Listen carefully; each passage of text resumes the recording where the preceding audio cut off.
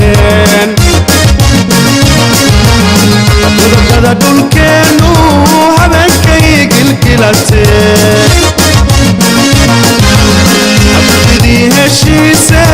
gobollada isu keeneen salaaday ku gooyeen ama geeri aakhiro ama guusha nololeed salaaday ku gooyeen ama geeri aakhiro ama guusha nololeed wixii u geeyey Soomaaliyay dhagaysta dhalinyaro dhagaysta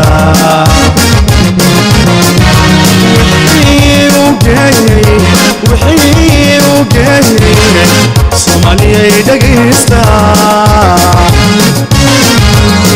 dhalinyaro dhagaysta markay godanay gachada la hoyatee adulaadi weyde kuchaloogu daraye markay godanay gachada la hoyatee adulaadi weyde kuchaloogu daraye maadu oyday ilma gabax ka siiseen oo ka soo gurteeno howlanii maadu oyday ilma gabax ka siiseen oo ka soo gurteeno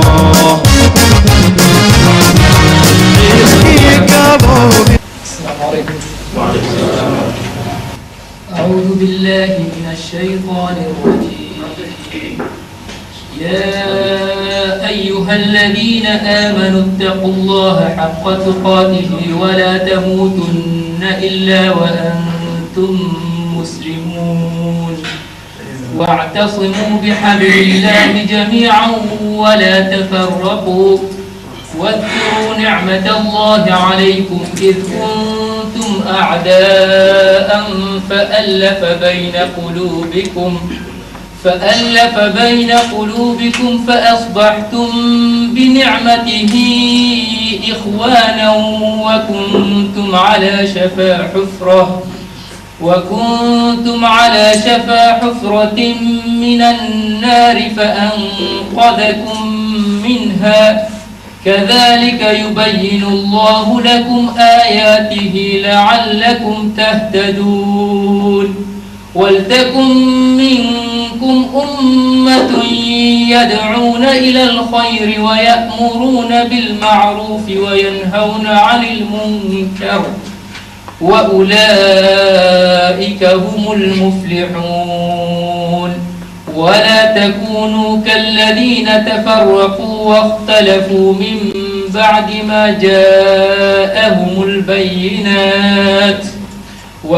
وأولئك لهم عذاب عظيم يوم تبيض وجوه وتسود وجوه فأما الذين اسودت وجوههم أكفرتم بعد إيمانكم فذوقوا العذاب بما كنتم تكفرون وأما الذين ابيضت وجوههم ففي رحمة الله هم فيها خالدون تلك آيات الله نتلوها عليك بالحق وما الله يريد ظلما للعالمين صدق الله العظيم. شكواني أحسنت موجود جزا خيري سميتي قولة القرآن سبحان الله واعتصم بالله يجياس مرابا ده دائما نكيزو نيو فروت في هاسيج لكم مرابا شكامنا نيجي سمريلو بيرخ دنيا كملوا نيو ما أنا كون موجود جزا خيري موجود معنا كذا قرآن شافع na ayati ya samero mujib mashfanya kaka awajje maana yote kushikamana kwa wale asbabu kila na hapa kushikamana kuwekezanya ndugu yao na yo kulijingo angala basi huu mchijana ondoshoka wa yo kala na wamane mustakabili kuu fanya iyo isa tena si khadira musaida kullana nasi kumsaida sempre inasulatu sababu maulama hadile na kuhada ziko ibada maana wajibat za ibada hasfanyiki ila kapesa iko wajibati maana yakaze ya rukun za Islam hasfanyiki nayo ila kapesa isa matari ichoaida kuondoa zakat ni rukun Islam vecha kwa pesa na kutoa zakat vecha kwa pesa na kuvukai hija vecha kwa pesa na kuwa nao misikiti maana yakaenda saldiga hiyo ndio kupata maana ajira kama mtani katika misikiti idhan pesa ni kushukuru na tunatarajia si watu maana generation hii kisimika na saldiga hiyo hasa kwa maana misikiti itakuwa mahala juu shukuru na shitakuomera watu professional maana kwa somesha nasi kusomesha na kutumwa hali yetu hapo.